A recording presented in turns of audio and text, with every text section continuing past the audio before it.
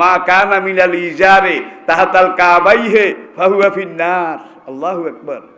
টাকনুর গিরার নিচে প্যান্ট পায়জামা, জামার যে অংশ টাকনুর গিরার নিচে যাবে সেই অংশটা জাহান্নামে যাবে।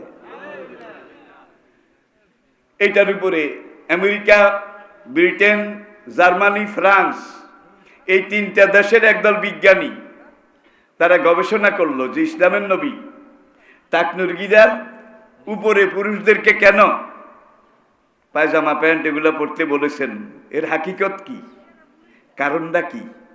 গবেষণা করে তারা দেখেছে যে সকল যুবক টাকনুর গিরার নিচে এই প্যান্ট পায়জামা পরেছে, ভাই নিচে তো নিচে প্যান্ট পায়ের গোড়ালি মুড়ালি দিয়ে যাইতে যাইতে করে জুতার তলে অর্ধেক পর্যন্ত ঢুকে গেছে, নাই বোধ হয় আছে।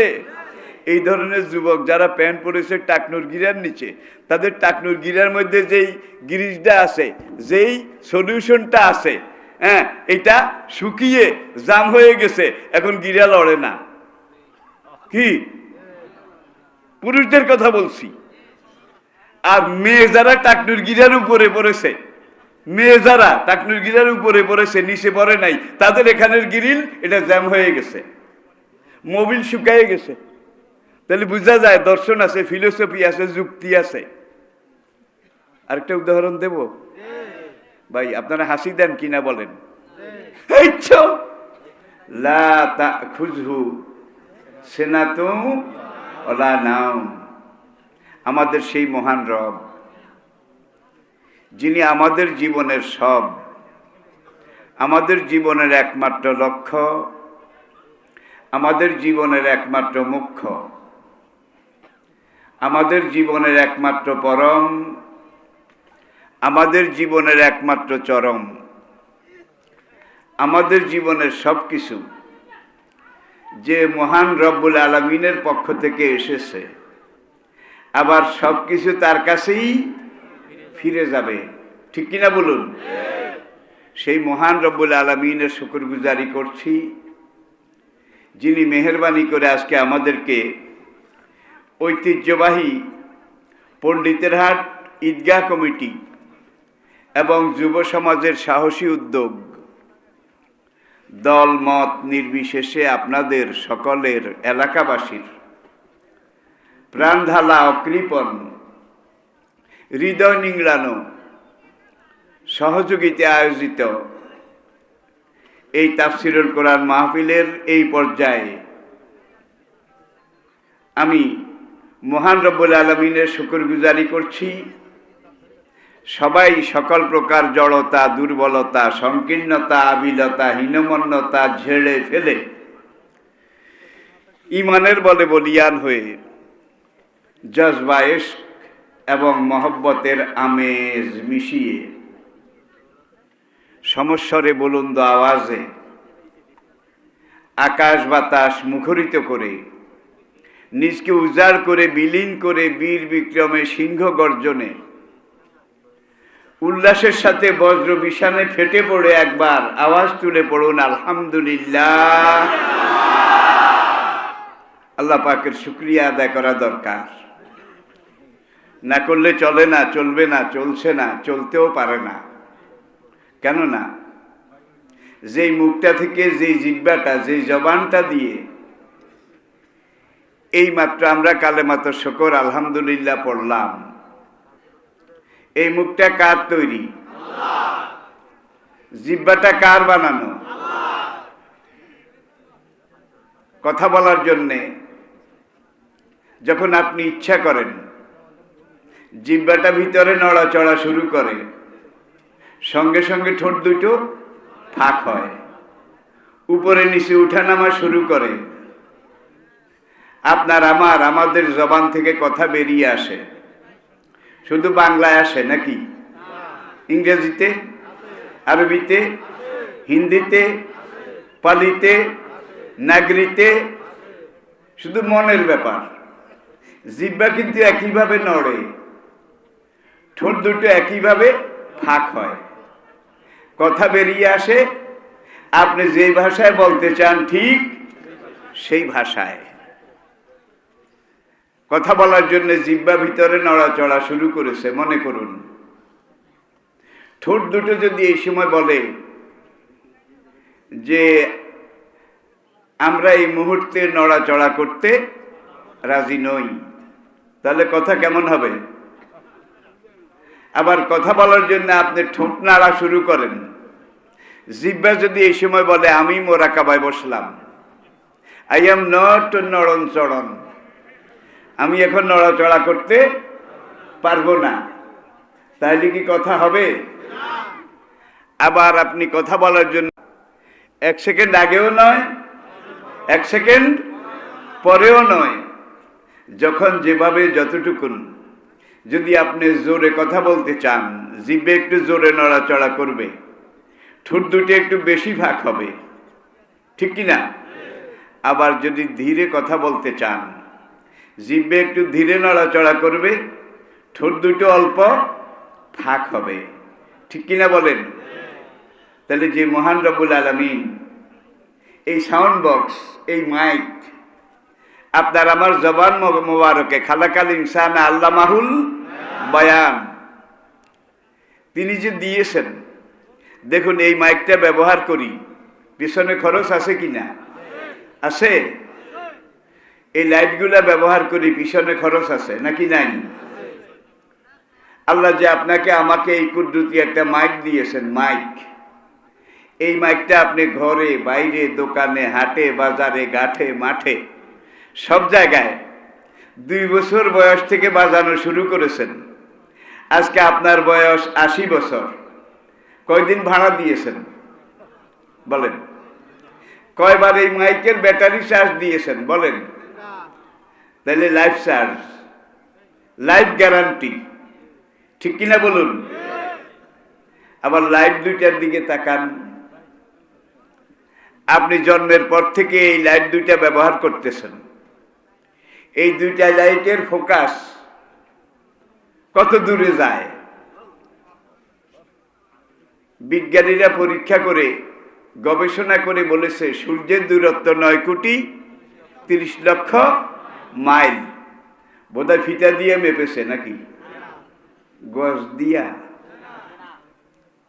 নোয়াখালীর লোকেরা বলে মাপার খাতা কিলাই, মাপার খেতা কিলাই।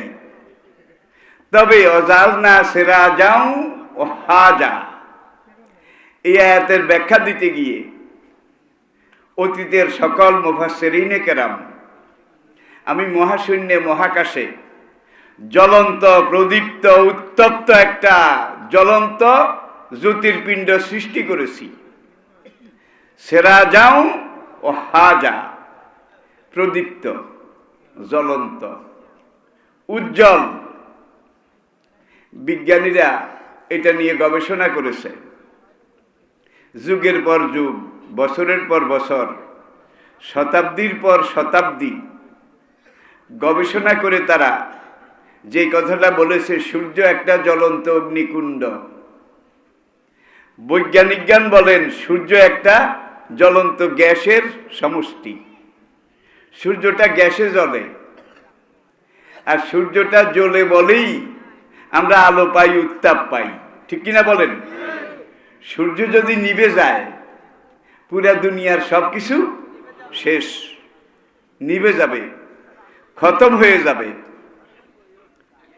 প্রতি সেকেন্ডে 30 কোটি টন হাইড্রোজেন গ্যাস,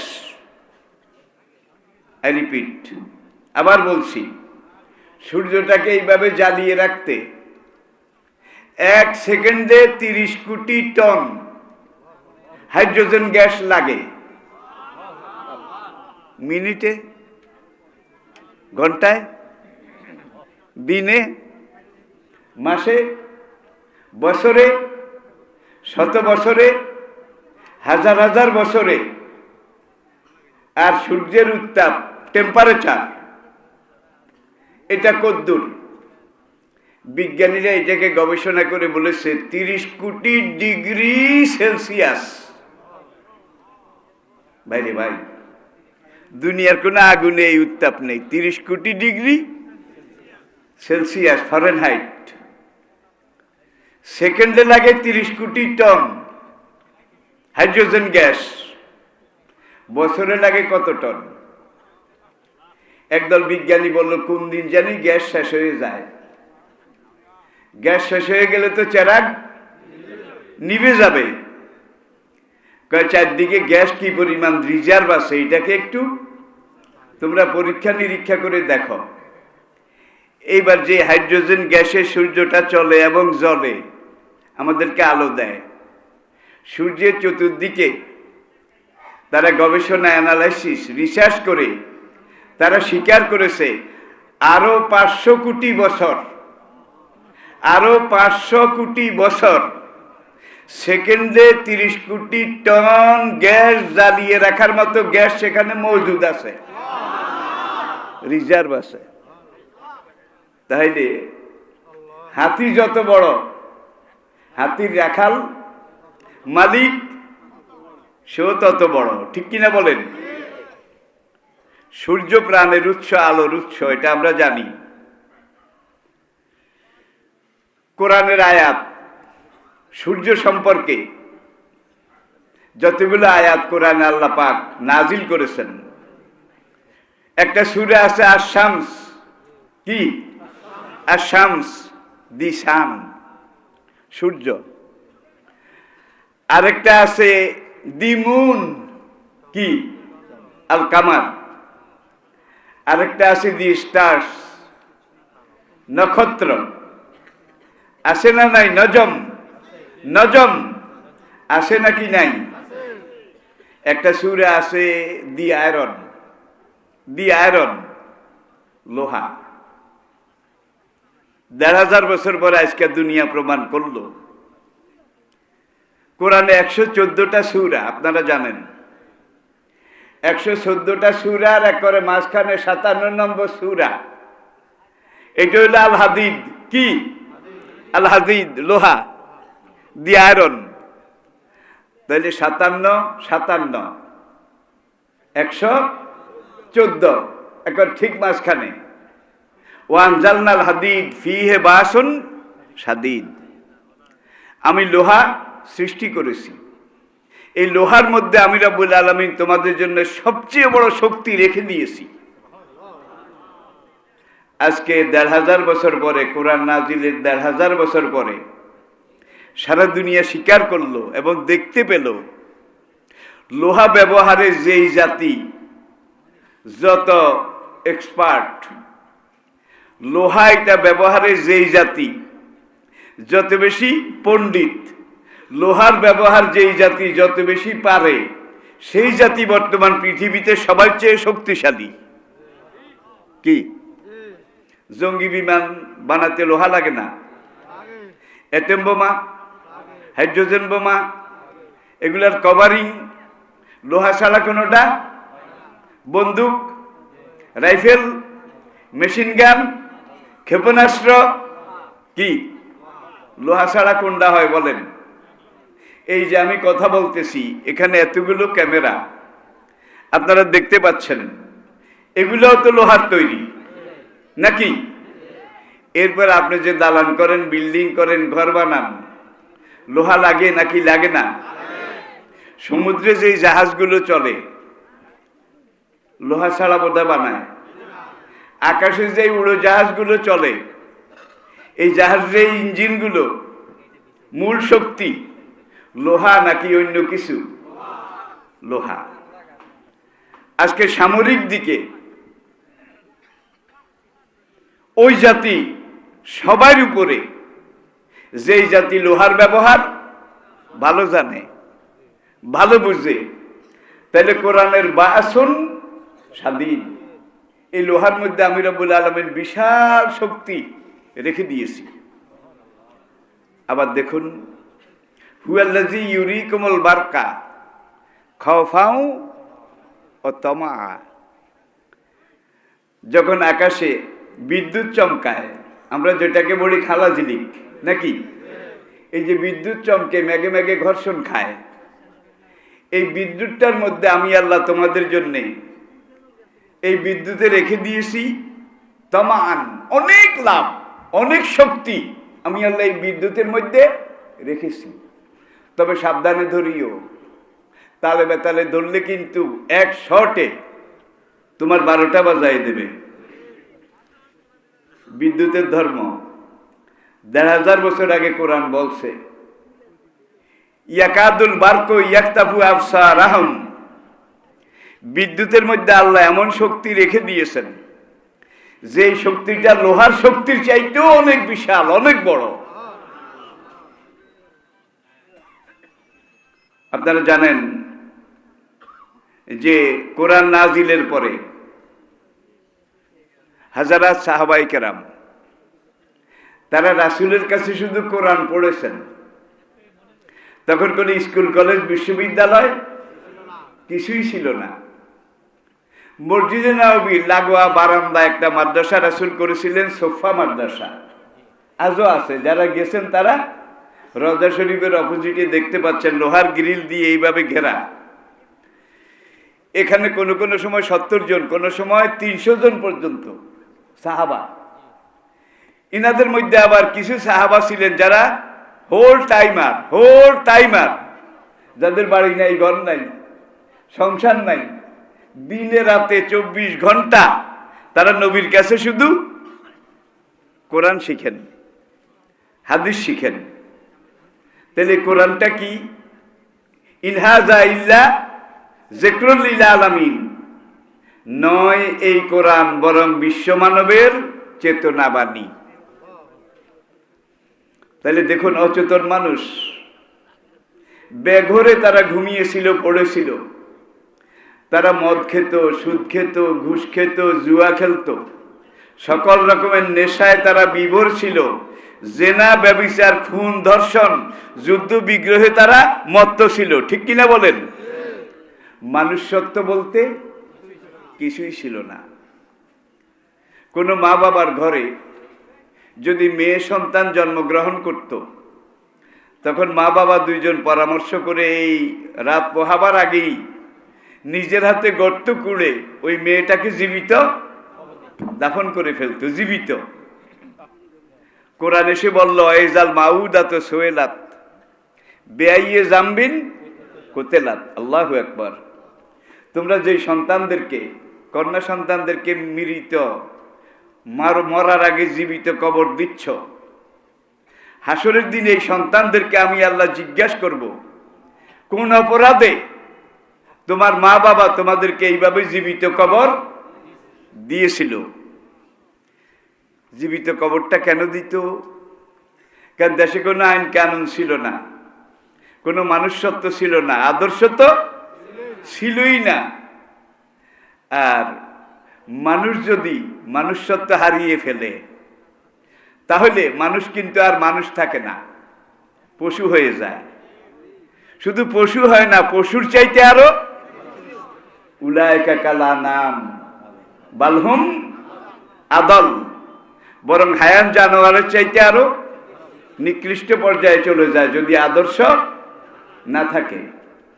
আর আদর্শ যদি থাকে, তাহলে আল্লাহর নূরের তৈরি ফেরেশতা যারা কোনো গুনাহ করে না, পাপ করে না, পাপ করতে জানে না, অনন্তকাল ধরে কোন ফেরেশতা শুধু জিকির, কেউ তেলাওয়াত, কেউ তসবিহ, কেউ রুকুতে আছে লক্ষ লক্ষ বছর, কোন ফেরেশতা সেজদায় আছে লক্ষ লক্ষ বছর। অনাহানু নুসাব্বিহু বিহামদিকা অনুকাব্বিসু লাক, এটার মধ্যে কিন্তু সব আছে। আমরা তোমার জিকির করি, ইবাদত করি, বন্দেগী করি, তোমাকে রুকু করি, সেজদা করি, ইবাদতের যত দিক সব দিক আমরা করি। রব্বুল আলামিন কয়, যতই ইবাদত করস তোদের নসিবে পাস নাই, যতই ইবাদত করস তোদের নসিবে পাস নাই। মুফাসসিরিনে কেরাম জবাব দিয়েছেন, ফেরেশতারা এত পরিশ্রম করে, এত ইবাদত করে, পাস নাই কেন? একটাই জবাব সব মুফাসসির, আল্লাহ রাসূল থেকে যেটা এসেছে কাল পরম্পরায়, বংশ পরম্পরায়, সেটা হলো পাপ করার যোগ্যতা আল্লাহ যাদেরকে দেন নাই, গুনাহ করার যোগ্যতা আল্লাহ যাদেরকে দেননি, তারা যতই সওয়াব করুক আর নেক করুক, এটার কোনো দাম নাই। ঠিক কিনা বলেন? আবার দেখেন, গরু আপনার, শিম ক্ষেত, ডাইল ক্ষেতটাও আপনার। সকালবেলা গরু ঘরের দরজাটা খুলে গরুটার রশিগুলো এইভাবে গুটিয়ে হাতে নিয়ে আপনার ডাইল ক্ষেতের কিনারে নিয়ে গেলেন। ক্ষেতের আলি গিয়ে এখন গরুর কানের কাছে মুখ নিয়ে আপনি গরুকে ওয়াজ করেন, ওরে গরু, তুই আমার গরু, আমি তোর মালিক, এইটা আমার ডাইল ক্ষেত, মাঠে সব ঘাস পাতা তুই খাইস, তোর জন্য জায়েজ বৈধ, আমি ডালগুলো নেব, তোকে খড়বসিগুলা খাওয়াবো, আমি মালিক বাঁচলে তো তুই গরু বাঁচবি, এই ক্ষেত্রে ডাইল গাছ খাওয়া, শিম গাছ খাওয়া তোর জন্য মকরু তাহারিমি, কবিরা গুনাহ। ওয়াজের সুরে বলেন না, ইয়া আইয়ুহাল গরু ইন্নী আকুলু লাকা হাযিহি জিরাতি লা তাকুল মিনহা শাইয়ান হাযিহি হারামুন লাক। বাংলায় বলেন, আরবিতে বলেন, ওয়াজের সুরে বলেন, ভালো করে ওর কানের কাছে বলেছেন এটা হারাম, এই ডাইল খেত শিম খেত, খবরদার এই হারাম তুই খাইস না। ভালো করে বুঝিয়ে টুজিয়ে জিজ্ঞেস করলেন, গরু মনে থাকবে তো? গরু মাথা লাড়া দিল। আপনি মনে করলেন হেদায়েত হয়ে গেছে। এইবার রশিটা ক্ষেতের আইলে খুলে দিয়ে আসেন, গরু বোধহয় খাবে না। এত ওয়াজ কারে করলেন? এত নসিহত কারে করলেন? গরু বলে কোনটা হালাল কোনটা হারাম, কোনটা জায়েজ কোনটা না জায়েজ, কোনটা বৈধ কোনটা অবৈধ, এটা আমার ডিকশনারিতে নাই, আমার নিদানে নাই, আমার পুঁথিতে নাই, আমার পাঁজিতে নাই, আমার থিওরিতে নাই, আমার ফিলোসফিতে নাই। আমার জীবনের সমস্যা একটা, সেটা হলো পেট সমস্যা। এই পেট ভরার জন্যে আমি সামনে যা পাই সেটাই খাই, আমার জন্য হারাম হালাল বলতে কিছু নাই। এখন এত বুঝাইলেন, এত ওয়াজ করলেন, তারপরও ডাইল খেত একবারে কুল্লো খালাস করে দিয়েছে। গরুর আমলনামার মধ্যে বোধ হয় সগীরা গুনাহ লেখা হয়েছে, কবিরা আমলনামায় নাই। গরু ছাগলের কি আমলনামা আছে? তাহলে আসুন, ফেরেশতারও আমলনামা নাই, গরু ছাগলেরও আমলনামা নাই। হায়ান জানোয়ার, শিয়াল কুকুর, ওরা শুধু খারাপটা করতে জানে, ওরা শুধু খারাপটা করতে জানে, ফেরেশতারা শুধু ভালোটা করতে জানে, ঠিক কিনা বলেন? কিন্তু আল্লাহ বলেন যে ফেরেশতাদের পাশ নাই, গরু ছাগলের ফেল নাই, ফেল নাই। কেন ফেল নাই? পাশ করার যোগ্যতা যাদেরকে আমি দেই নাই, তারা ফেল করলেও ফেল না, ঠিক কিনা বলেন?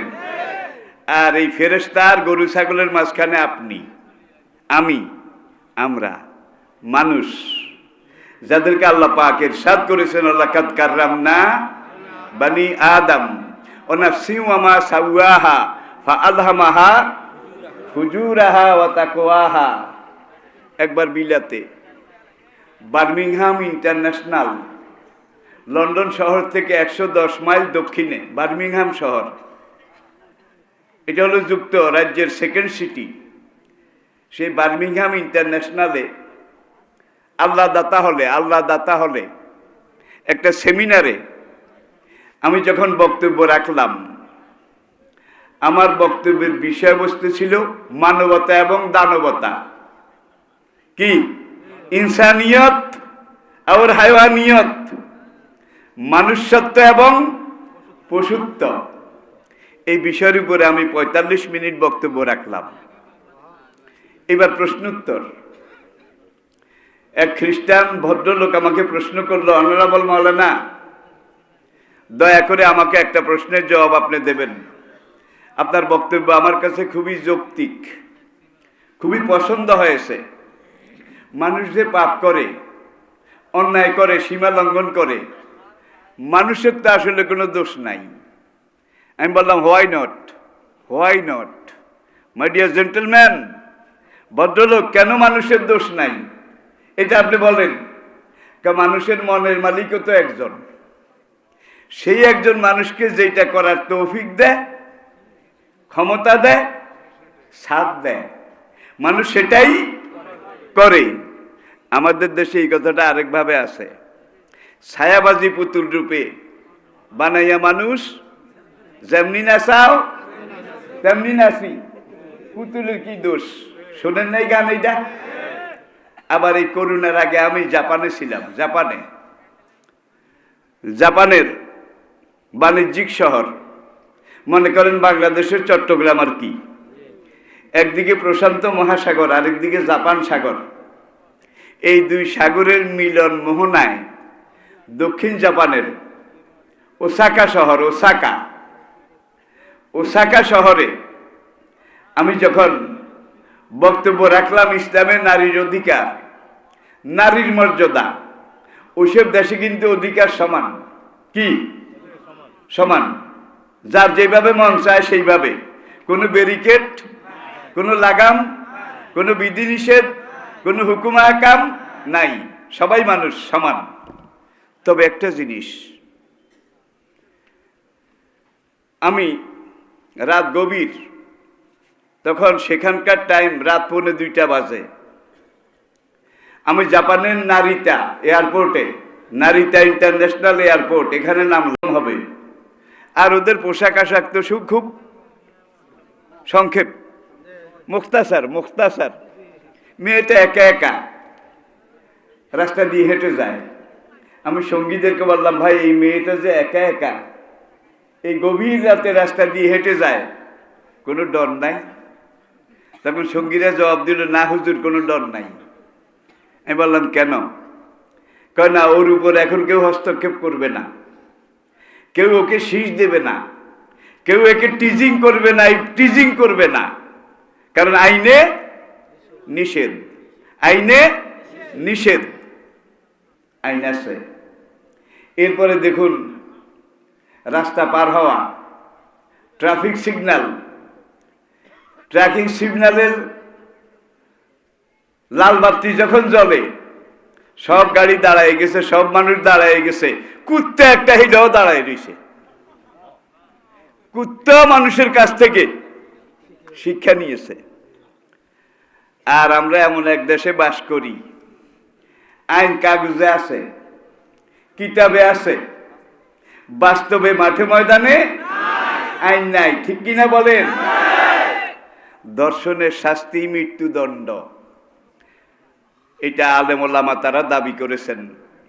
বিজ্ঞ যারা সুধী বুদ্ধিজীবী, তারাও দাবি করেছে মৃত্যুদণ্ড। বেশ কিছুদিন আগে এটা পাশ হয়েছে সংসদে, যে ধর্ষণ করবে তার শাস্তি মৃত্যুদণ্ড। এই আইন পাশ হওয়ার পরে ধর্ষণ কমে গেছে, থেমে গেছে, বন্ধ হয়েছে নাকি বাড়ছে? তাহলে এই যে শাস্তি মৃত্যুদণ্ড, এটা আপনি সংসদে পাশ করেন, সংসদের বাবার কাছে নিয়ে পাশ করেন, এটা কিন্তু আপনার বানানো আইন। ঠিক কিনা?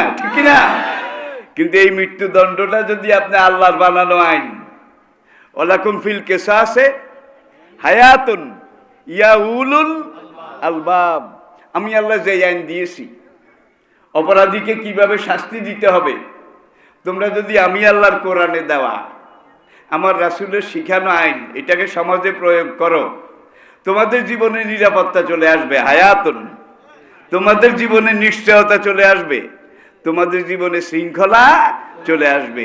ইয়া উলুল আলবাব, আকল যদি থাকে তোমরা এটা বুঝার চেষ্টা করো। একটা উদাহরণ দেব কি? আচ্ছা আসুন, মনে করেন আপনি একজন মানুষ।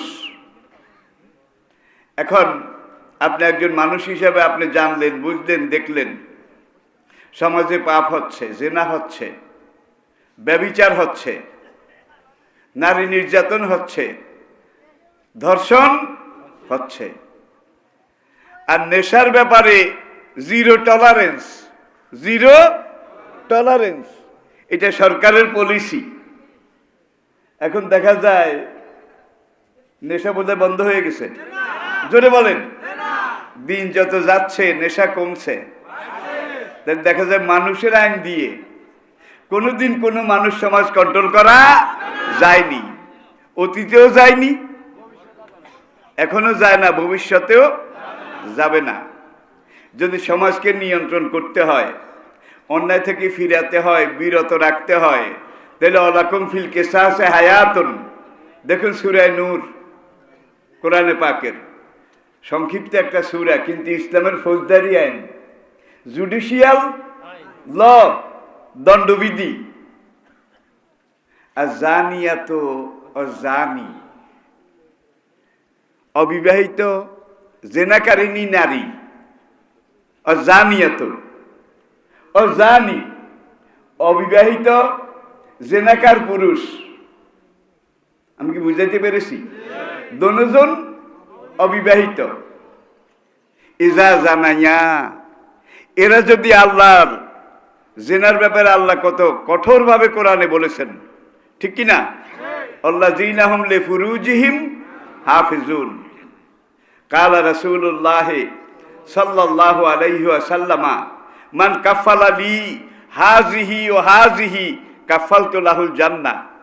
নবী আপনাকে বলছেন, আমার যুবক ভাইয়েরা লক্ষ্য করুন, আমার যে উম্মত আমাকে দুইটা জিনিসের নিশ্চয়তা দেবে, হাযিহি ও হাযিহি, একটা তার উপরের অঙ্গ আর একটা নিচের অঙ্গ, এই দুইটার খেয়ানত করবে না, এই দুইটার অপব্যবহার অন্যায় ব্যবহার করবে না, হারাম পথে ব্যবহার করবে না। কাফালতু লাহুল জান্নাহ, আমি নবী তার জান্নাতের জামিন হয়ে গেলাম। এখন রাসূল কথা বলতেন খুব সংক্ষেপে। নবীর ওয়াজ নসিহত গুলা দেখেন, 2 মিনিট, 5 মিনিট, 7 মিনিটের উপরে কোনো বক্তব্য নাই, এবারত কম, কিন্তু ব্যাখ্যা আসমান জমিন, বিস্তারিত। নবীজি জীবনে লম্বা ভাষণ একটাই দিয়েছেন, বিদায় হজের ভাষণ, 27 মিনিট। 27, যেটাকে আজকে দুনিয়া স্বীকার করে মানবাধিকারের মহাসনদ, মানবাধিকারের মহাসনদ। বিদায় হজ্জে আল্লাহ নবী যে নির্দেশনাগুলো জাতিকে, আমাদেরকে, বিশ্ববাসীকে দিয়েছিলেন, তাহলে হাযিহি ও হাযিহি, একবার হুজুর উপরের দিকে আঙ্গুল, আবার নিচের দিকে। এখন সাহাবায়ে কেরাম সবাই তো আর জেহেন সমান না, কি কেউ বুঝেছে, কেউ বুঝে না, হাযিহি ও হাযিহি। এখন এই হাদিসটাই আরেক সনদে, আরেক বর্ণনা পরম্পরায়, আরেক লাইনে, আরেক চেইনে আরেকজন রাবী এই হাদিসটাই রাওয়ায়াত করেছেন। কালা রাসূলুল্লাহ সাল্লাল্লাহু আলাইহি ওয়াসাল্লাম মান কাফালা লি মা বাইনা রিজলাইহি ওয়া মা বাইনা শাফাতাইহি কাফালতু লাহুল জান্নাহ। আল্লাহু আকবার। আল্লাহ যেই বান্দা, আমি যে নবীর যেই উম্মত, আল্লাহর নির্দেশ মানার জন্য, আমি নবীর ইতাআত করার জন্য তার 2 ঠোঁটের মাঝখানের একটা অঙ্গ, এটাকে হেফাজত করলো। কোনটা? জিহ্বা। কাউকে ছুরি দিয়ে আপনি 1.5 ইঞ্চি 2.5 ইঞ্চি ঢুকাইয়া দিছেন, এটাকে সেলাই করা যায়, হাসপাতালে নেওয়া যায়, এটাকে চিকিৎসা করা যায়, ঠিক কিনা বলেন? কিন্তু জিহ্বা দিয়ে কারে এমন ভাবে আপনি আঘাত করেছেন, এটাতে কোনো সেলাইও করা যায় না, মলমও লাগান যায় না। কারণ চাকু ছুরি দায়ের আঘাত বাইরে লাগে, আর জিহ্বার আঘাত কলমে লাগে, হৃদয়ে লাগে, যেখানে কোনো চিকিৎসা চলে না, ঠিক না বেঠিক? খবরদার কুড়াল দিয়া কোবাইয়েন, দরকার হইলে, যায় যেটা বলছি না, জিহ্বা দিয়ে কাউকে কোপাইয়েন না, এটা কুড়ালের কোপের চাইতেও আরো মারাত্মক। আর নবী বলেন 2 ঠোঁটের মাঝখানের একটা অঙ্গ, অমা বাইনা রিজলাইহি, 2 পায়ের মাঝখানের একটা অঙ্গ, বুঝেছেন বোধ হয়? এই 2টার নিশ্চয়তা আমাকে যে দিল, আমার যে উম্মত দিল, কানা মাইয়া ফিল জান্নাহ, সেই উম্মত আমি নবীর সাথে একই জান্নাতে যাবে। আল্লাহু আকবার, আল্লাহু আকবার। এখন আসুন আবার ওই আগের কথায়, অবিবাহিত তরুণী আর অবিবাহিত তরুণ, যুবক যুবতী, ইজা জানাইয়া, এরা যদি জেনা করে, এরা যদি ব্যভিচারে লিপ্ত হয়, তাহলে ফাজলিদু কুল্লা ওয়াহিদি মিনহুমা মিয়াতা জালদা, তাদের এক একজনকে 100 দৌড়া, কত? 100 দৌড়া, 100 বেত্রাঘাত করো। দৌড়া আপনাদেরকে আমি এখন বুঝাইতে পারবো না, কারণ দৌড়ার গঠন আর প্রণালী এগুলা বলতে গেলে আবার আধা ঘন্টা দরকার।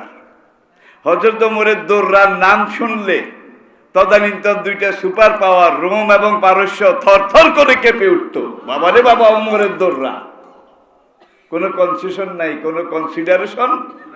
ওমরের দৌড়া ডাইরেক্ট, ঠিক না বে ঠিক? কথায় কথা চলে আসে। তাইলে যদি অবিবাহিত হয়, তারা যদি ব্যভিচার করে 100 দৌড়া মারো। আর জানি লাইয়ানকে হুইল্লা জানিয়াতান, যেই যুবক যেই যুবতীর সাথে জেনা করেছে 100 দৌড়া মারার পরে সেই যুবক ওই যুবতীকে অবশ্যই বিবাহ করিতে বাধ্য থাকিবে। কি? কারণ তুমি এটাকে উচ্ছিষ্ট বানিয়েছো। আইনটা চিনেন? আইনটা আইনটা এবার ওদের বুঝে গেছেন। আইনটা করছো। রায়পুরে আমার ছাত্র জীবনে এক হুজুর ছিলেন, বলতো লাঠি মারা মালা না, লাঠি মারা। তিনি বলতেন তোর আইনটা তুই খা, ইয়াই হিয়াই খা।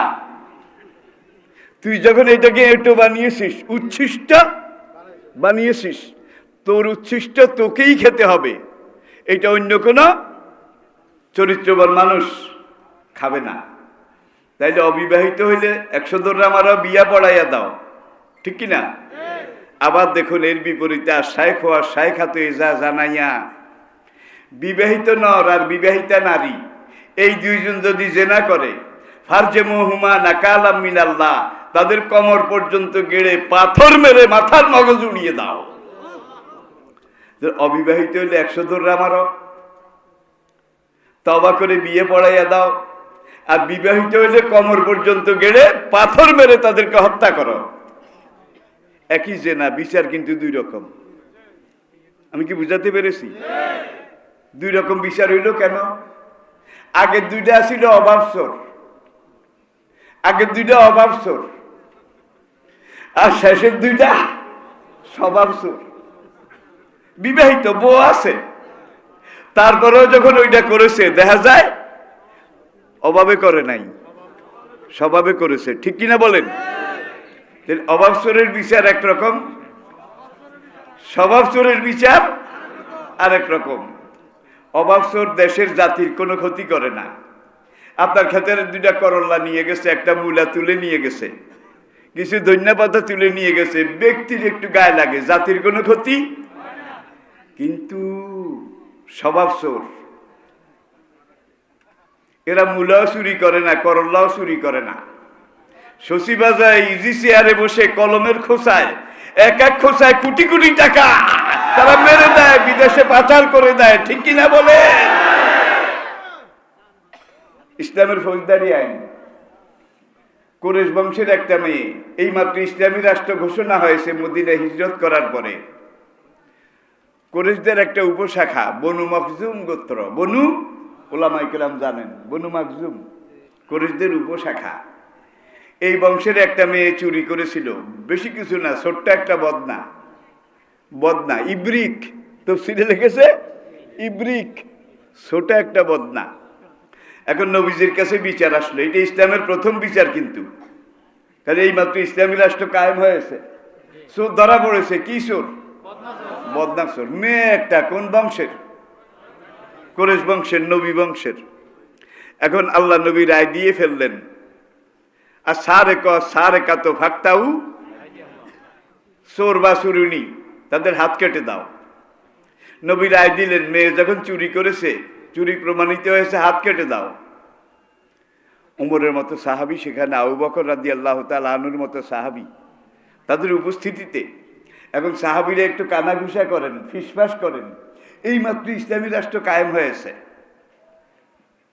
এখনই যদি প্রথম কেস, প্রথম মামলায় নবী বংশ, রাসূলের নিজের বংশ একটা মেয়ের হাত কাটা হয়, তাহলে কিয়ামত পর্যন্ত এটা একটা ব্যাড রেকর্ড, খারাপ উদাহরণ হয়ে থাকবে।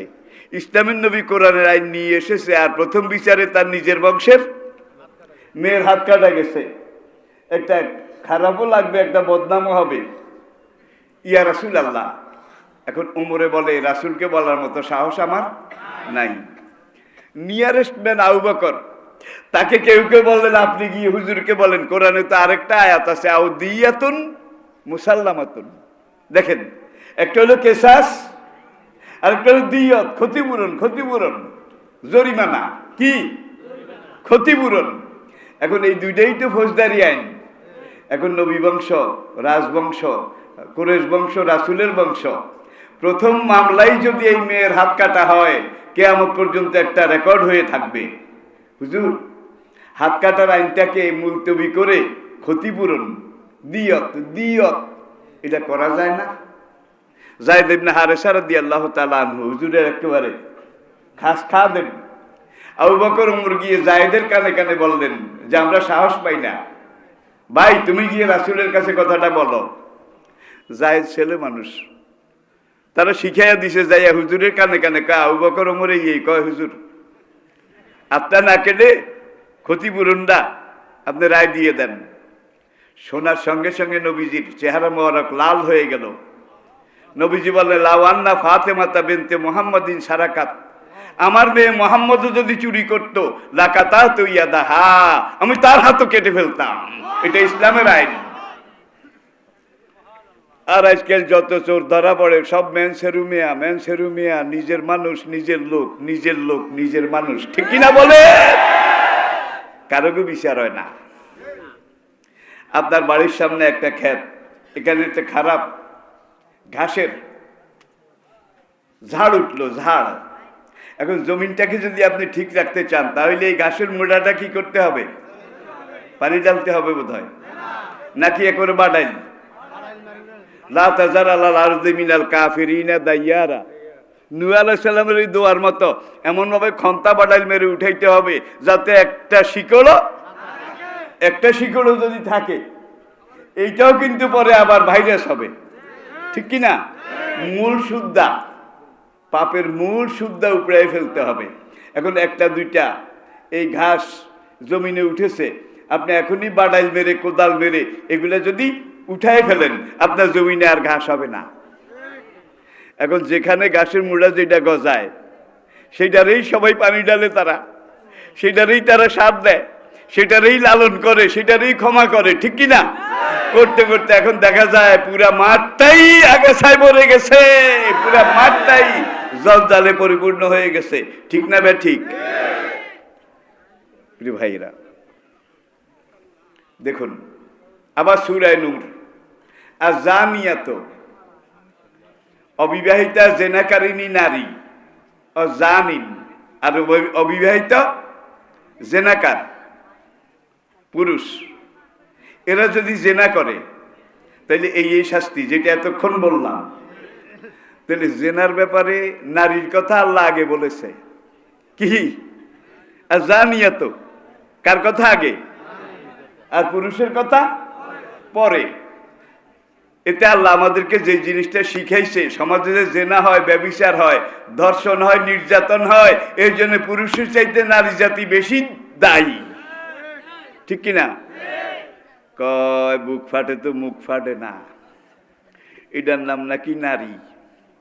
কিন্তু যখন বাইরের দিকে যায় তখন ওড়না বারবার পড়ে যায়, একবার ওড়না উঠায় আবার মানুষের দিকে চায়। কাসিয়াতিন আরিয়াতিন মুমিলাতিন মাইলাত রুসুহুন্না কাসনেমাতিল বখতে, এইভাবে লিপস্টিক, ঠোঁট পালিশ, ওঠ পালিশ, নেল পালিশ, পিতল পালিশ, সব পালিশ লাগিয়ে টাগিয়ে চেহারাটাকে আরো আকর্ষণীয়, রঙিন, বিভিন্ন রকম সেন্ট মেরে মেরে এইটাকে আরো লোভনীয় করে তারপরে বের হয়। তার চুলগুলা খোলা, নারীদের চুলও কিন্তু সতর, 100 ভাগ সতর, ঠিক কিনা বলেন? প্রয়োজনে বের হতে পারবে, প্রয়োজনে, অপ্রয়োজনে না, মার্কেটিং এর জন্য না। এখন তো হাটে বাজারে যান, মহিলার জন্য দোকানে ঢুকা যায় না। তরকারি দোকানে যান, মহিলা কাস্টমারের জন্য, পুরুষ কাস্টমার 2 রকম আছে। একরকম কাস্টমার আছে মহিলা কোনখানে হেন্দা ঢুকো, আরেক রকম কাস্টমার আছে মহিলা দেখলে বেচারা ওই কিনারে খাড়াইয়া থাকে। দুনো রকম আছে না নাই? আল্লাহু আকবার। দেখুন, এখন আপনি যদি আপনার রিপু একটা কুকুর, তাকে একটা রুটি এইভাবে মেলে ধরেন, খুলে ধরেন, তাহলে কুকুরটা বোধহয় রুটির দিকে আগায় আসবে না। কুকুরটার মুখ দিয়ে বোধহয় লালা বের হবে না, জোরে বলেন। সে পাগল পারা হয়ে এটা নেয়ার চেষ্টা করবে, ঠিক কিনা বলেন? কুত্তার দোষ যে দূর, রুটি বাইর করে বাড়াই ধরেছে যে তার দোষ আরো বেশি। এখন দেখে তোমার এই বডিটা আল্লাহর নেয়ামত, নারীর শরীর আল্লাহর কুদরতি মেশিন, ঠিক না বে ঠিক? এটার মধ্যে আল্লাহ এত লোভ, এত আকর্ষণ, এত নমনীয়তা, এত কমনীয়তা সৃষ্টি করে দিয়েছেন।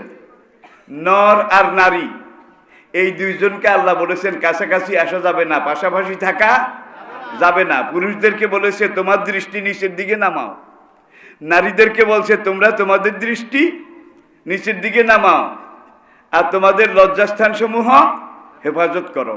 এখন জেদ্দুর সতর সবটাই কিন্তু লজ্জাস্থান, কি জেদ্দুর সতর সবটাই কিন্তু লজ্জাস্থান। এখন পুরুষের সতর আর নারীর সতর দুইটারে পাশাপাশি রাখেন, তাহলে বোঝা যায় পুরুষের সতর জেদ্দুর, নারীর সতর চাইতে আরো 100 গুণ বেশি।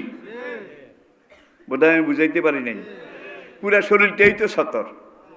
প্রয়োজনে হাতের কবজি, পায়ের পাতা, চোখ দুইটা প্রয়োজনে, কিন্তু শখের মার্কেটিং এটার জন্য ব্যবহার করা যাবে না। স্বামী কাছে নাই, ছোট ছোট বাচ্চার খাওয়ার দুধ নাই, রান্না করার কোনো তরকারি নাই, আর তরকারি আনাবে এনে দেবে এমন কোনো মানুষ মোহরে আত্মীয়দের মাঝে নাই। বেচারির এখন না গিয়ে উপায় নাই। এখন ইসলাম বলছে আগে শরীরটা ঢাকো, সাজগোজ পরিত্যাগ করো, কোনো স্প্রে ঘ্রাণ লাগে এরকম কিছু গায়ে মারিও টারিও না। দেখছেন কারবার, ঘ্রাণ লাগে, আকর্ষণ লাগে এরকম কিছু গায়ে মারিও না। চেহারাটাকে আরো উজ্জ্বল করার চেষ্টা, কসমেটিক, লিপস্টিক এগুলা লাগাইও না। তুমি একবারে এইভাবে শরীরটা ঢেকে যাও। এখন একদল মা বোন তারা আজকাল বোরকা পরে, ভাই বোরকার যেই কাটিং আর ডিজাইন, বোরকা পড়ার পরে শরীরের উঁচু নিচু টিলা টক্কর সব বাইরের থেকে বোরকার উপর দিয়ে দেখা যায় না, কিন্তু আঁচ করা যায়, ঠিক কিনা?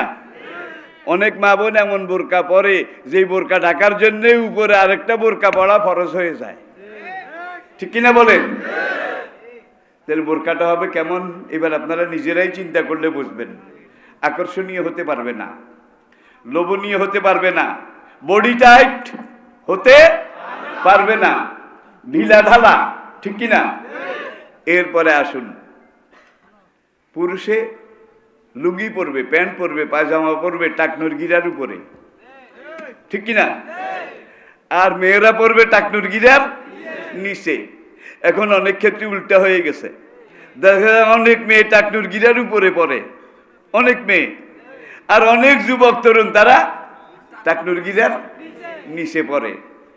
এখন রাসূল যে বলেছেন টাকনুর গিরার, পুরুষেরা টাকনুর গিরার নিচে পোশাক পরতে পারবে না। মা কানা মিনাল ইজারে তাহাতাল কাবাইহে ফাহুয়া ফিন্নার। আল্লাহু আকবার। টাকনুর গিরার নিচে প্যান্ট পায়জামা, জামার যে অংশ টাকনুর গিরার নিচে যাবে সেই অংশটা জাহান্নামে যাবে। এটার উপরে আমেরিকা, ব্রিটেন, জার্মানি, ফ্রান্স এই 3টা দেশের একদল বিজ্ঞানী তারা গবেষণা করলো যে ইসলামের নবী টাকনুর গিরার উপরে পুরুষদেরকে কেন পায়জামা প্যান্ট এগুলো পরতে বলেছেন, এর হাকিকত কি, কারণটা কি। গবেষণা করে তারা দেখেছে যে সকল যুবক টাকনুর গিরার নিচে এই প্যান্ট পায়জামা পরেছে, ভাই নিচে তো নিচে প্যান্ট পায়ের গোড়ালি মুড়ালি দিয়ে যাইতে যাইতে করে জুতার তলে অর্ধেক পর্যন্ত ঢুকে গেছে, নাই বোধ হয় আছে। এই ধরনের যুবক যারা প্যান্ট পরেছে টাকনুর গিরার নিচে, তাদের টাকনুর গিরার মধ্যে যেই গ্রিজটা আছে, যেই সলিউশনটা আছে, হ্যাঁ, এটা শুকিয়ে জাম হয়ে গেছে, এখন গিরা লড়ে না। কি পুরুষদের কথা বলছি। আর মেয়ে যারা টাকনুর গিরার উপরে পড়েছে, মেয়ে যারা টাকনুর গিরার উপরে পড়েছে নিচে পড়ে নাই, তাদের এখানের গিরিল এটা জ্যাম হয়ে গেছে, মোবিল শুকায়ে গেছে। তাহলে বোঝা যায় দর্শন আছে, ফিলোসফি আছে, যুক্তি আছে। আরেকটা উদাহরণ দেব, ভাই আপনারা হাসি দেন কিনা বলেন? এই ছো, হাসি দেন না? আমাদের নবী আমাদেরকে শিখিয়েছেন তোমরা যখন হাসি দাও তখন আলহামদুলিল্লাহ রাব্বিল আলামিন এইটা পড়ো। এইটা নিয়ে একদল লোকের চুলকানি শুরু হইয়া গেছে যে হাসি একটা বিরক্তিকর কিম্বুত কিমাকার। অনেক সময় হাসির চোটে মুখ দিয়ে লালা বের হয়, নাক দিয়ে ঘন ঘন শ্লেষা। হিঙ্গুল চিনেন? হিঙ্গুল হাসির সাথে বাইরে হয় কিনা?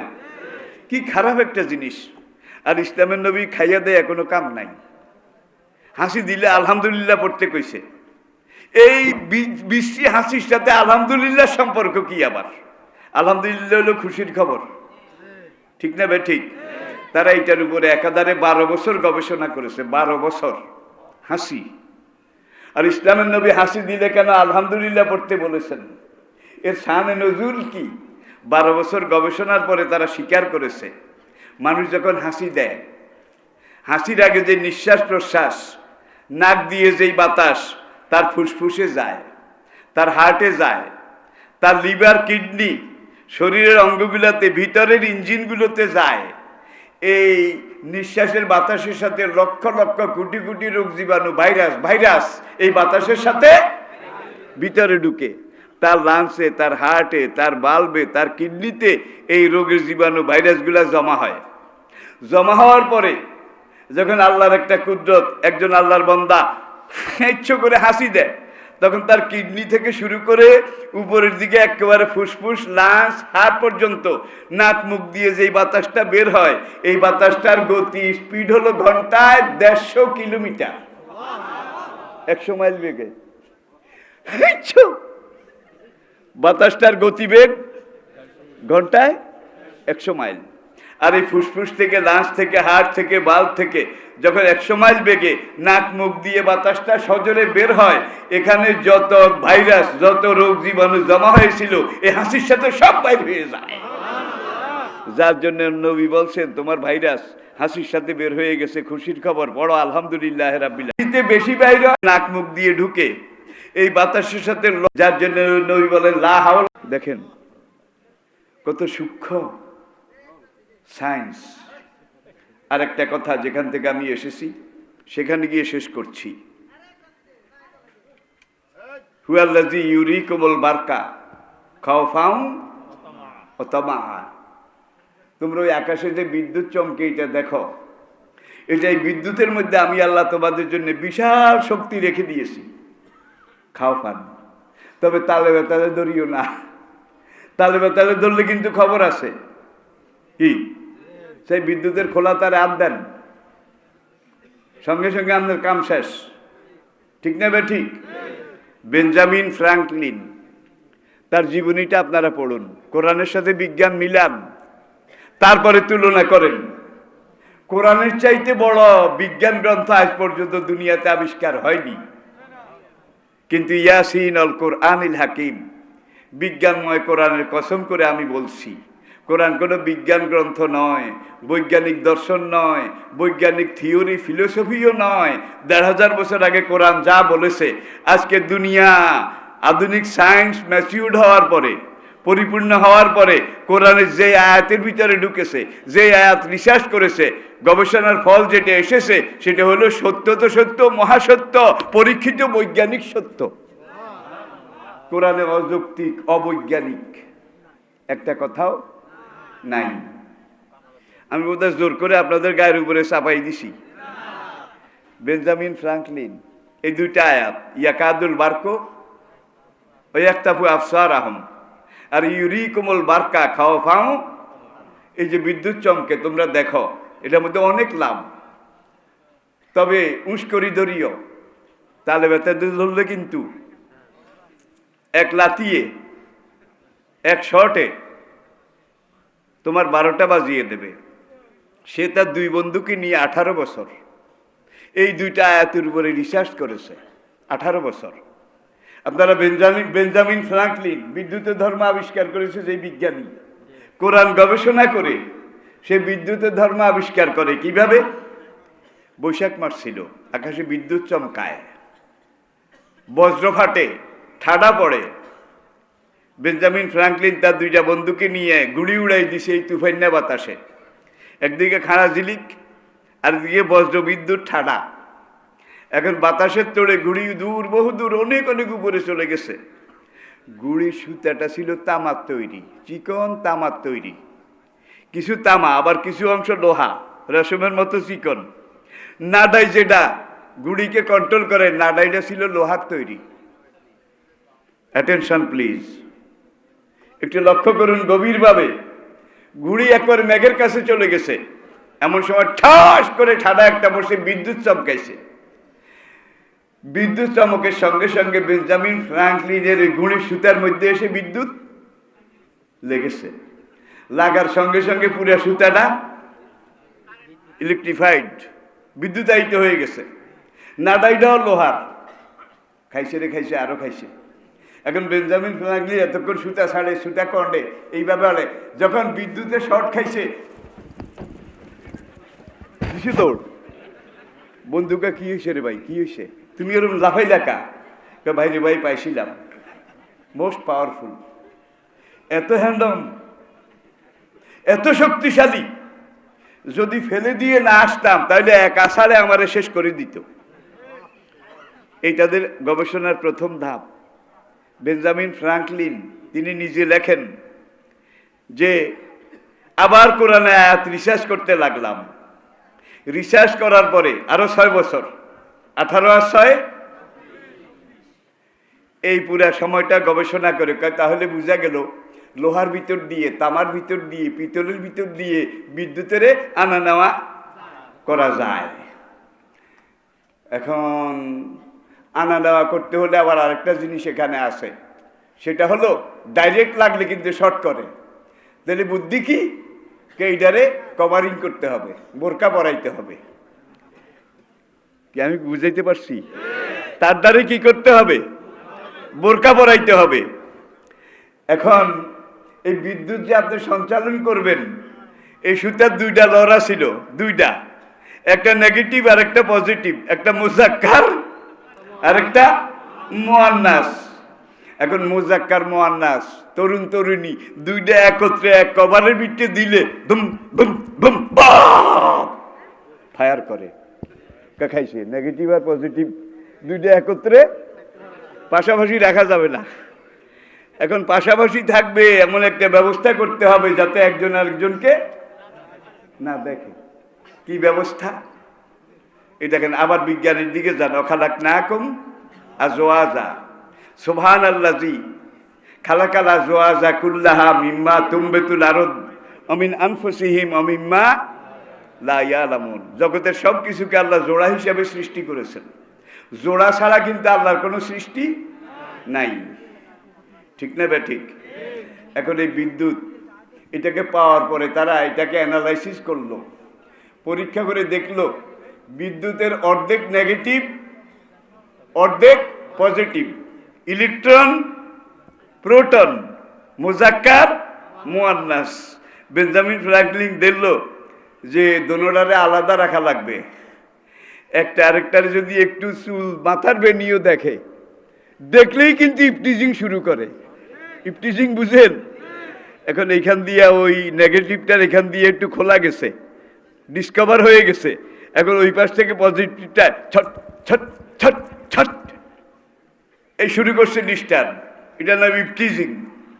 ইফটিজিং করলে তো পথে পথে সব বিদ্যুৎ শেষ হয়ে যাবে, ঠিক না ঠিক? তাহলে নেগেটিভ পজিটিভ এই দুটারে আলাদা করো। এবার নেগেটিভকে এক লাইনে আনলো, পজিটিভকে আরেক লাইনে আনলো। দোনোরা পেশাপেশি করে একবারে গাও জড়িয়ে আছে, কিন্তু উপরে এমন কভার লাগাইছে, কাছাকাছি পাশাপাশি থাকলেও একজন আরেকজনকে দেখার সুযোগ নাই। আছে নাকি? আপনার মাথার উপরের তার, আপনার ঘরের তার, এটার ভিতরেও কিন্তু দুইটা তার আছে নাকি নাই? একটা নেগেটিভ আর একটা পাওয়ার হাউসের ওখানে ওদের জন্ম, পাওয়ার হাউস, সেখান থেকে এরা এসেছে, সেখান থেকেই কিন্তু পৃথকভাবে এসেছে। দুজন কভারিং এর ভিতরে আছে, বোরকার ভিতরে নাকি নাই? নাকি নাই? এইবার এইভাবে পথে পথে তাদেরকে দেখা দেখি সুযোগ দিয়েন না। একজন যেন আরেকজনকে দেখতে না পায়। এখন নেগেটিভ কয় আমার মন ঠিক, পজিটিভ কয় আমার ইমান ঠিক।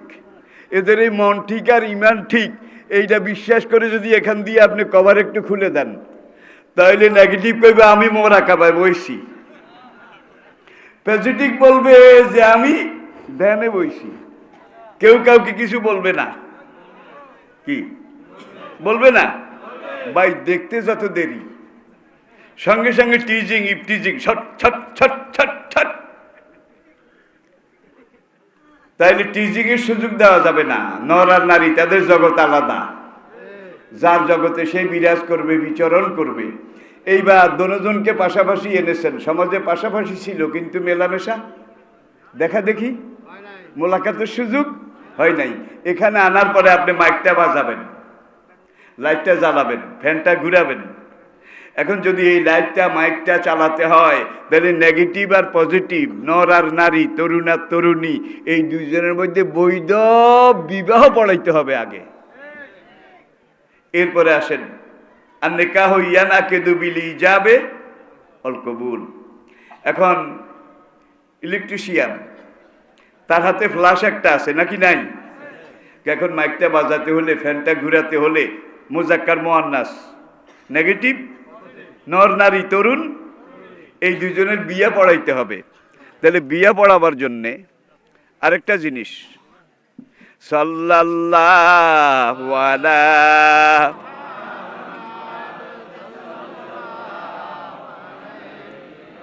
চা থাকলে একটু দিতে বলেন সামান্য।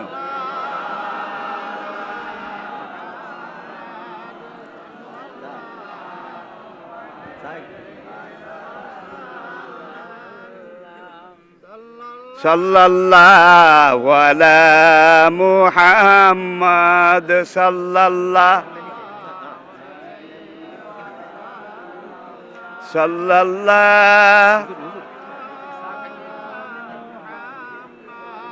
সাল্লাল্লাহু আলাইহি। আচ্ছা, আপনারা কি আমাকে শুনতে পাচ্ছেন? আলহামদুলিল্লাহ। তাইলে আমি বলে ফেলি, এর মধ্যে কারেন্ট এসে যাবে ইনশাল্লাহ। আর হযরত মাওলানা আব্দুল কাইয়ুম সাহেব তিনিও এসে যাবেন। আপনারা মূল ওয়াজ তার কাছ থেকে শুনবেন।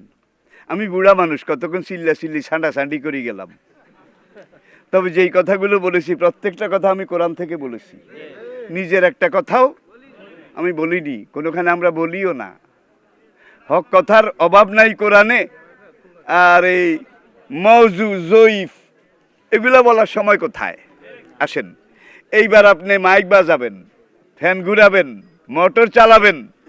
এখন ওই হাতের ফ্ল্যাশ ওইটা দিয়ে ইলেকট্রিশিয়ান কয় যেটা তরুণ সেইটারও মুখের ঘোমটা এটা সরা, যেটা তরুণী সেটারও মুখের ঘোমটা সরা, মুখের কাপড় সরা।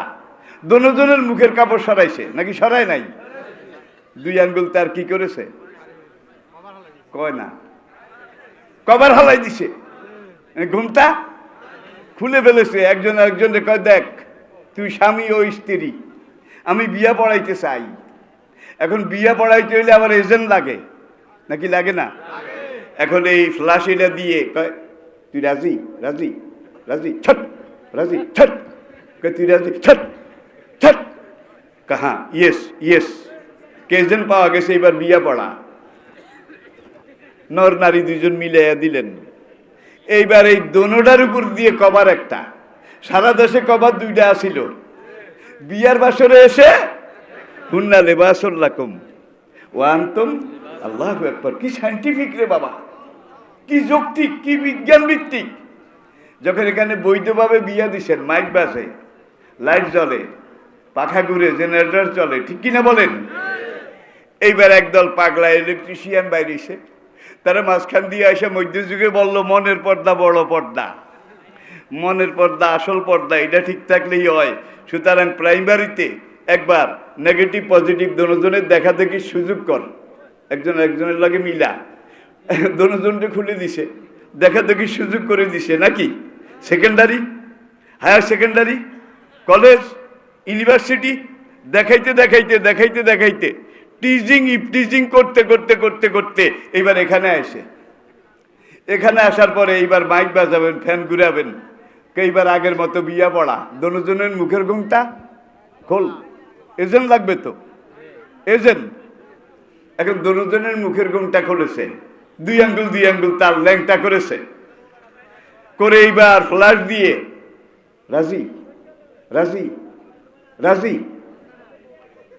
রাজি, তুই রাজি?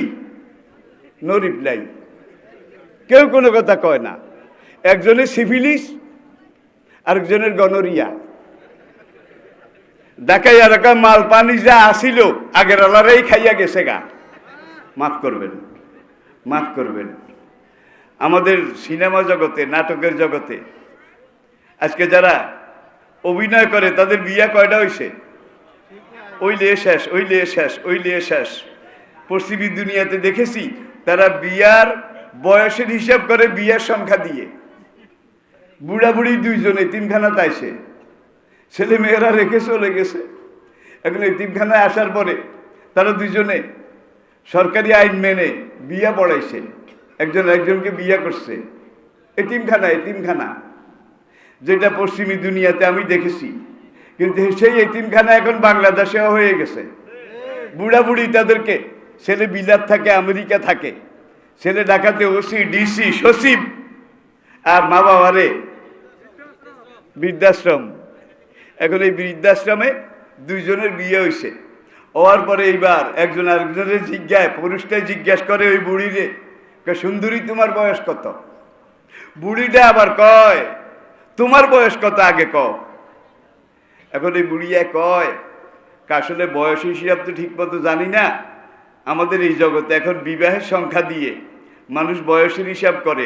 তুমি আমার 57তম স্ত্রী, আর প্রথম বিয়ে যেদিন করি সেই সময় আমার বয়স আছিল 22 বছর।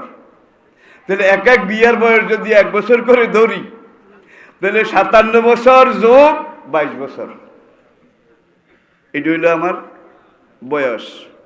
বিয়া করলেই তালাক, বিয়া করলেই তালাক, হইলেই তালাক। দেখেন দুনিয়ার দিকে তাকান, সেই তালাক বাংলাদেশেও কিন্তু এইভাবে পাইকারি শুরু হয়ে গেছে। পাইকারি, পাইকারি, ঠিক কিনা বলেন? এই তালাকের একটাই মাত্র কারণ, বিবাহ পূর্ব আর বিবাহ পরবর্তী নর নারী, তাদের এই জঞ্জাল, এই জেনা, অবাধ মিলামিশা। স্বামী সৌদি আরব, কুয়েত, কাতার, স্বামী ঢাকা, চট্টগ্রাম, সরকারি বেসরকারি চাকরি করে। আর বিদেশে যাওয়ার সময় এই বেচারা বোন নামে ব্যাংকে অ্যাকাউন্ট খুলে গেছে, বড় মোবাইল একটা কিনে দিয়ে গেছে, যেন কথা বলার সময় একজন আরেকজনরে দেখে, লারে লাপ্পা হারে টপ্পা এটা করতে পারে। এইটা কিনে দিয়ে স্বামী বেচারা চলে গেছে। এখন এই মোবাইল দিয়া দিনে একবারও স্বামীর সাথে কথা কয় না, কথা কয় নাগরের সাথে। নাগর চিনেন? নাগর, নাগর। এই নাগরের সাথে কথা কইতে কইতে 2-4 মাস যাওয়ার পরে লাইন হয়ে গেছে, লাইন আপ। লাইন আপ হওয়ার পরে এটা সেটেল দাম, সিদ্ধান্ত হয়ে গেছে।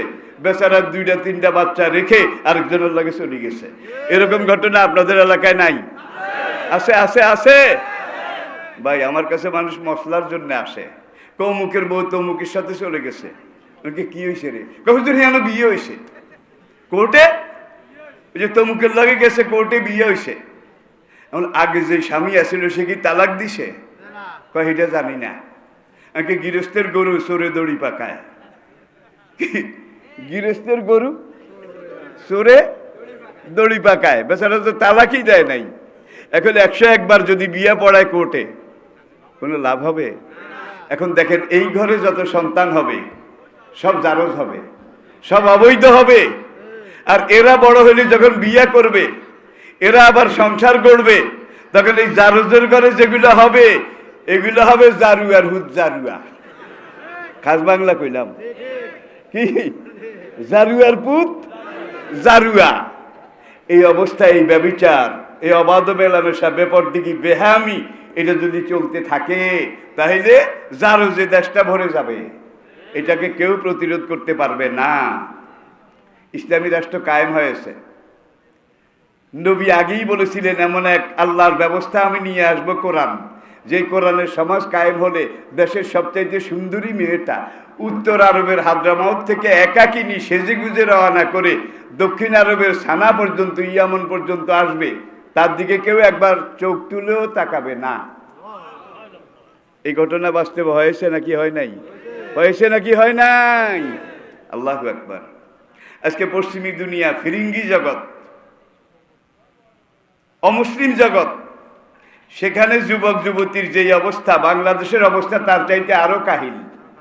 কারণ যেই নেশা বাংলাদেশে চলছে রে বাবা, দুনিয়ার কোন সরকার কোন দেশে আল্লাহর কসম এত নেশা নাই। সেখানে বিড়ি খাইতে হইলে রাস্তায় বিড়ি খাওয়া যায় না, হাঁটতে হাঁটতে বিড়ি খাওয়া যায় না, সিগারেট খাওয়া যায় না, দোকানে চা দোকানে বসে সিগারেট বিড়ি খাওয়া যায় না, গাড়ি ঘোড়ায় তো যায় না। আপনি এখন গাড়িতে উঠবেন, বিড়ি যদি বেশি খাইতে হয় তাহলে গাড়িতে ওঠার আগে এখানে একটা রুম আছে, এই রুমটার নাম হলো স্মোকিং কর্নার। যাতে যাতে বিড়ি খাইবে এন হাঁদাই অন্তন খাই চাই, যেন অন্যের বলে পাবলিক নিউসেন্স। আপনার অধিকার আপনি ভোগ করবেন, করেন, কিন্তু আরেকজনের অধিকার আপনি নষ্ট করতে পারেন না। পুরা দুনিয়াতে এই আইন আছে, কিন্তু ভাই আমাদের দেশে নাই। এরপর আসুন করোনা ভাইরাস। পুরা দুনিয়ার আজকে কি অবস্থা? সুপার পাওয়ার আমেরিকা নাকি সবচেয়ে বড় শক্তি, তাদের অবস্থা সবচাইতে খারাপ, সবচাইতে খারাপ। আমাদের পাশের দেশ, এই অঞ্চলের আরেকটা পরাশক্তি বললে অত্যুক্তি হবে না। আমেরিকার পরে ব্রাজিল 2 নম্বর, ব্রাজিলের পরে আমাদের বন্ধু দেশ, নাম কইতাম না, কারণ নাম কইলে আবার শাস্ত্রে আছে, হিন্দু শাস্ত্রে শ্বশুরের নাম, ভাসুরের নাম, স্বামীর নাম, এই 3টা নেওয়া শাস্ত্রে নিষেধ। এই 3 নাম যদি কোনো নারী মুখে আনে তাহলে শাস্ত্রে রৌরব নরক, রৌরব নরক, এই জাহান্নামে তাকে যেতে হবে। আগের কালের বুড়ি, ছেলের বউর কালাজ্বর, কালাজ্বর। পাশের গ্রামে এক কবিরাজ বৌদ্ধের কাছে গেছে যে বউর এই অবস্থা, বউ তো যায় যায়, কবিরাজ মশাই কিছু দাওয়াই দেন। কবিরাজে 3টা বড়ি দিছে, এই শেষ কথা কিন্তু, 3 বড়ি দিয়া এরপরে বলে নিমের শাল শিলপাটায় বেটে মধু মেখে চেটে খেতে হবে। নিমের শাল শিলপাটায় বেটে মধু মেখে এই বড়ি খাইতে হবে। অনুপান, অনুপান বুড়ারা বুঝছেন, হোলা এনে বুঝতো না। এখন ওই বুড়ি বড়ি লইয়া বাড়ির দিকে আসে, অর্ধেক পথ আসার পরে কয় হ্যাঁ হ্যাঁ, কি এসে যে 3 নাম লওয়া শাস্ত্রে মানা, যে 3 নাম মুখে আনলে রৌরব নরক ছাড়া, হাবিয়া দোজক ছাড়া আর কোনো গতি নাই। বউরে আমি কেমনে বুঝাবো? এখন ওই বুড়ির শ্বশুরের নাম নিমাই চন্দ্র, ভাসুরের নাম শিলাব্রত, স্বামীর নাম মধুসূদন, এই 3টা। বুড়ি তো মহাবিপদে। যদিও বড়ি এনেছি, অনুপান পেলে তো আমার ধর্ম শেষ, নষ্ট হয়ে যাবে। বুড়ি চালাকা ছিল, বোর সামনে গিয়ে ওই 3 জনরে বলাইছে কি, স্বামী, শ্বশুর, ভাসুর, বলাইয়া এইবার বৌরাতে বড়ি দেয়। বড়ি দিয়া কয় ইনার শাল তেনায় বেটে, প্রথম নিমেরি দেখাইছে, ইনার শাল তেনায় বেটে শিলাব্রত, শিল্পাটা খাও মধু ওনায় সেটে, মধুসূদনে দেখাইছে। ভাই কথা কওয়া খুব কঠিন, মাঠে কথা আমরা জীবনের ঝুঁকি নিয়ে বলতেছি, ঠিক কিনা বলেন? ঠিক কিনা বলেন? বহু মাহফিল কথা বলতে পারি না, মাহফিলে গেছি, পুলিশকে হুজুর নামিয়েন না। আপনার ওয়াজ শুনতে চাইছিলাম, নেটে শুনি, ইন্টারনেটে শুনি, ইউটিউবে শুনি, কিন্তু নসিবে নাই, হুজুর নামিয়েন না, আমাদের কিছু করার নাই। এমন অবস্থা তো বোধহয় নাই। আল্লাহ পাক আমাদেরকে বোঝার তৌফিক দান করুন। তবে করোনা ভাইরাস বাংলাদেশে তুলনামূলকভাবে সবচাইতে কম, ঠিক কিনা বলেন? এই ওয়াজের কারণে, এই তাফসিরের কারণে। সেই ব্রিটিশ আমলে যখন আমি ছাত্র ছিলাম, তখন ঢাকাকে বলা হতো সিটি অফ মস্ক, মসজিদের শহর। বাংলাদেশ কান্ট্রি অফ মস্ক, এত মসজিদ দুনিয়ার কোনো দেশে, এত আজান, এত একামত, এত নামাজি, এত দাড়ি টুপি, এত ওয়াজ তাফসীর দুনিয়ার কোনো দেশে নাই। তাহলে আপনার পাশের দেশ, বন্ধু দেশ, রুহের সম্পর্ক, আত্মার সম্পর্ক যে বন্ধুদের সাথে, সেই বন্ধুরা সিরিয়ালে 3 নম্বরে আছে, থার্ড সিরিয়ালে। আর সেখানে তো যাতায়াত, বন্ধু দেশ, বুঝেন না? এত কিছুর সুবাদেও আল্লাহ রহমতে বাংলাদেশ এখন পর্যন্ত কোনো সিরিয়ালে পড়ে নাই। আলহামদুলিল্লাহ, আলহামদুলিল্লাহ। এই ওয়াজের কারণে, এই তফসিরের কারণে, এই আজান, এই মসজিদ, এই নামাজের কারণে। সুতরাং ওয়াজ তাফসির বেশি বেশি শুনবেন, ইন্তজাম করবেন। আজ থেকে 56 বছর আগে আমি এই তফসির ওয়াজ শুরু করেছি। 56 বছর আগে। সাইদি সাহেব আমার জন্ম একই বছরে, 1940। ওনার বয়সে 82, আমার বয়সে 82। 2 সপ্তাহ আগে আমি এমনি সিনা হাসপাতালে তখন শামীম সাইদি আমাকে দেখতে আসলেন। আরো কিছু গুরুত্বপূর্ণ ব্যক্তি, জাতীয়, তারা আসলেন। আসার পরে শামীম আমাকে জিজ্ঞেস করে, চাচা আপনার বয়স কত? বললাম, বাবা বয়সটা জানি না, 1940 সালে জন্ম। আমার আব্বু তো 1940 সালে। তাইলে আমরা 2 ভাই কিন্তু সাওয়া। আর বাংলাদেশ হওয়ার পরে এই 2 ভাই কিন্তু পুরা বাংলাদেশ, তারপর বহির্বিশ্ব, এই কোরআনের ফেরি আমরা করেছি, আলহামদুলিল্লাহ। এরপরে বলে, চাচা কোন মাসে আপনার জন্ম? 1940 সালের কোন মাসে?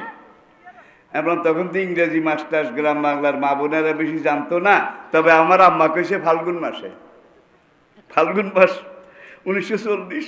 তখন স্বামী সাইদি কয়, আমার আব্বু বলছে আমার আব্বুর জন্ম 1940 ফেব্রুয়ারিতে। তাহলে ফেব্রুয়ারি আর ফাল্গুন তো এক। আল্লাহ শুকর। ময়দান খালি থাকে না, আমরা চলে যাব। আমার ছেলেরা ময়দানে এসে গেছে, ঠিক না ভাই? ঠিক। 80-90 দশকে চিন্তা করেছি আমরা 2 ভাই বিলাতেও বিভিন্ন জায়গায় একত্রে থাকতাম, যে ভাই পরের লোক তো আসে না, মাঠে পরবর্তী লোক তো আসে না, আমরা তো বুড়া হয়ে গেলাম, আমরা তো যাওয়ার পথে। এক ভাই আরেক ভাইকে বললাম যে আল্লাহর জমিন কোনো সময় খালি থাকবে না। আলহামদুলিল্লাহ, হাজার হাজার তরুণ যুবক কোরআনের পাখি তৈরি হয়ে গেছে, ঠিক কিনা বলেন? আল্লাহ পাক ওদেরকে হেফাজত করুন। আল্লাহ পাক তাদেরকে এই ময়দানে ইসলামী বিপ্লবের স্রোত, এটা অনুরণনের তৌফিক দান করুন, সাহসিকতা, মানসিকতা দান করুন।